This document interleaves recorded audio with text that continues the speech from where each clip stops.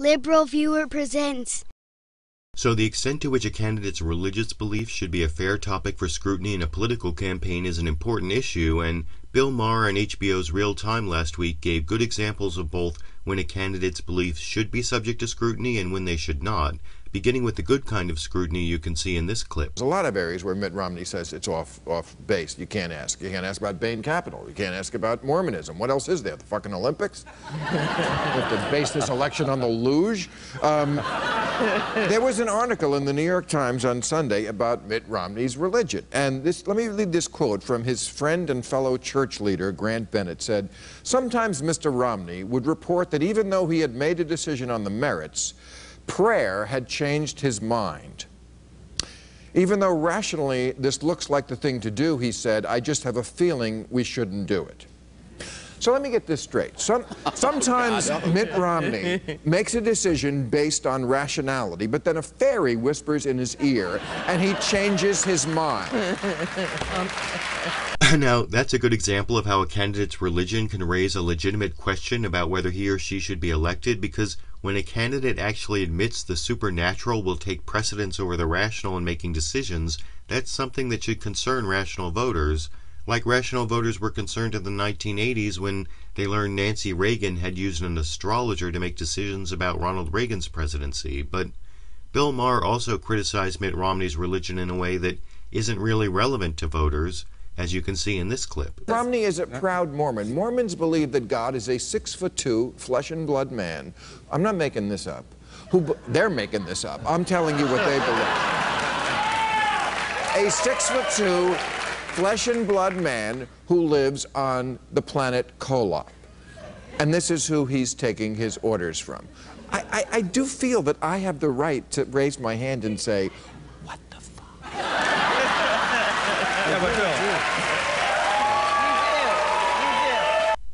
Now, I don't believe in the Mormon God, but I also don't believe that criticizing the credibility of Mormon stories is a legitimate attack on Mitt Romney, because most major religions include some incredible stories, and as long as those stories don't affect rational decision-making, there are some good humanistic values that can be taken from many of those stories if they're properly interpreted, and it really makes no difference if candidates get their values from the stories of Mormonism, Judaism, The Lord of the Rings, or Star Trek, as long as those values are good humanistic values that motivate otherwise rational policies, which is just the point President Obama made last February at a White House prayer breakfast, explaining the importance of the religious values that often motivate sound policies based on good analysis in this clip. If we leave our values at the door, we abandon much of the moral glue that has held our nation together for centuries and allowed us to become somewhat more perfect a union.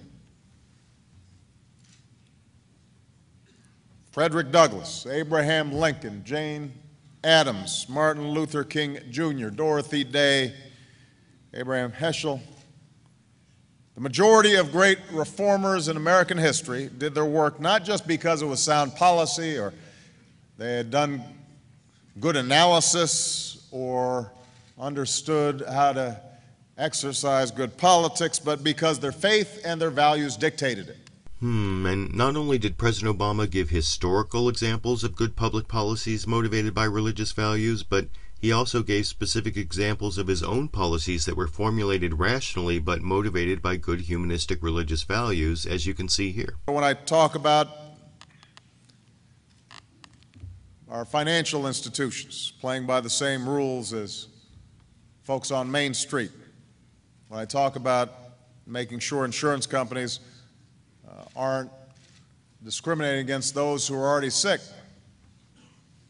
or making sure that unscrupulous lenders aren't taking advantage of the most vulnerable among us, I do so because I genuinely believe it'll make the economy stronger for everybody, but I also do it because I know that far too many neighbors in our country have been hurt and treated unfairly over the last few years. And I believe in God's command to love thy neighbor as thyself.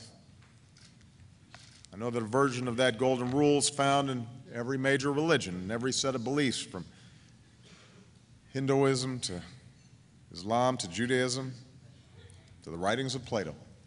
So, whether it's from Plato or Jesus, it shouldn't matter how a candidate came to value the need to treat others as we would wish to be treated, so long as the candidate is willing to debate rationally the policies necessary to achieve that goal, which is also true for another example President Obama gave of his rational policies that are religiously motivated in this clip. If I'm willing to give something up as somebody who's been extraordinarily blessed, and give up some of the tax breaks that I enjoy, I actually think that's going to make economic sense. But for me as a Christian, it also coincides with Jesus' teaching that for unto whom much is given, much shall be required. It mirrors the Islamic belief that those who've been blessed have an obligation to use those blessings to help others, or the Jewish doctrine of moderation and consideration for others.